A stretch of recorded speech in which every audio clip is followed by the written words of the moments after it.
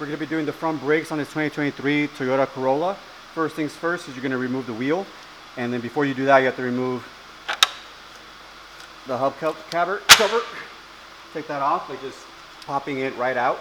You can also use a flathead screwdriver and pop it out like that if you don't want to put your fingers in there and pull it. You're going to use a 21mm to remove the 5 lug nuts.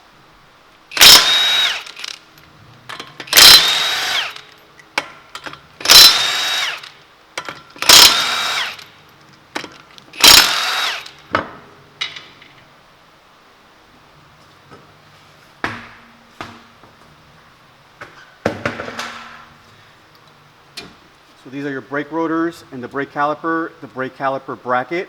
We're going to be removing the 2 bolts behind the caliper. We're going to be removing the bolts on the caliper first. They're 14mm. Once we remove these, go ahead and remove the caliper from the bracket. All you have to do is lift it up just like this, and the caliper comes right out. I like to put it over here so it doesn't hang and stretch out the hose. This is your caliper bracket and the brake pads right here. We're going to be removing these 2 bolts, which are 17mm.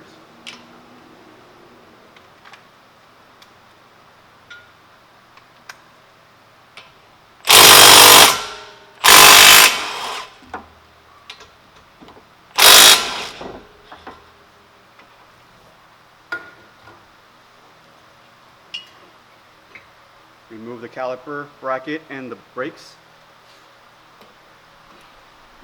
Once those are off, you can go ahead and remove the rotor by just popping it out. Now, if it doesn't come off as easy as this one did, there's 2 little holes right here that you can put bolts into. The bolt will thread into the rotor and push up against the hub, and it'll allow you to pop it out. Now we're going to reassemble everything. Imagine this is a brand new rotor.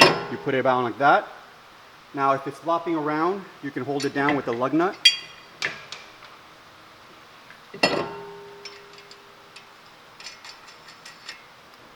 It'll hold it in place.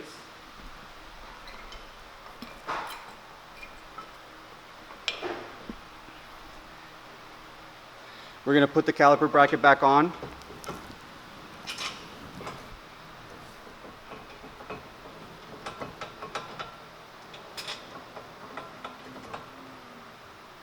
Go ahead and tighten it down. We're going to just run them down and we're going to torque them.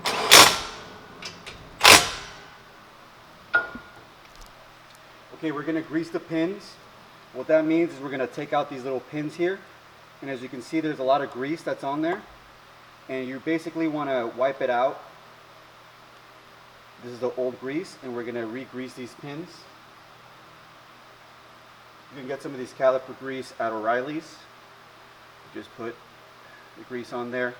A nice, decent layer. Don't over-gunk it. Put it back in.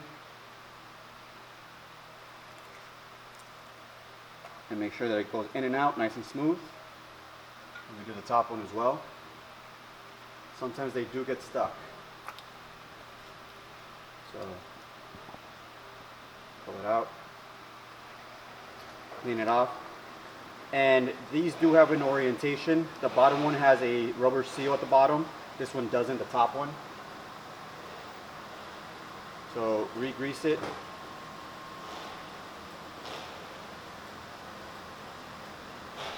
And then you put it back in. And it slides in and out nice and evenly. Now we're going to replace the brake pads.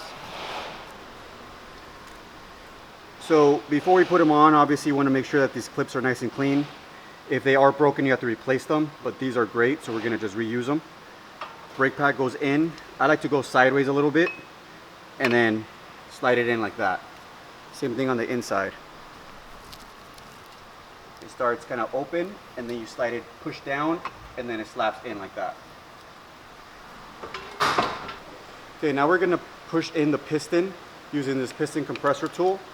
You just push it all the way in until it bottoms out. Okay. This is compressed. You make sure that the hose is not twisted. Make sure the brake pads are compressed all the way down. You put the caliper in. Okay. and you get the bottom bolts and the top one. You put them in, you wiggle the caliper back and forth until you find the hole, and you thread them in by hand, and then you run them down. These are torqued down.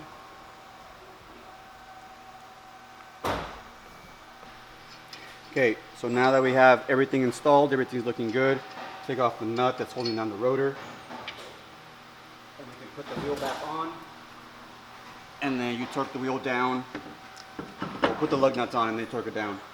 But before you actually drive off, okay, and before you put the car into drive, I want you to pump the brakes so that the piston will take up that space and it'll start grabbing the brakes. If you don't do this step and you put the car in drive or reverse, it'll take about 3 seconds before you can pump enough to get the brake pads to compress on the rotor.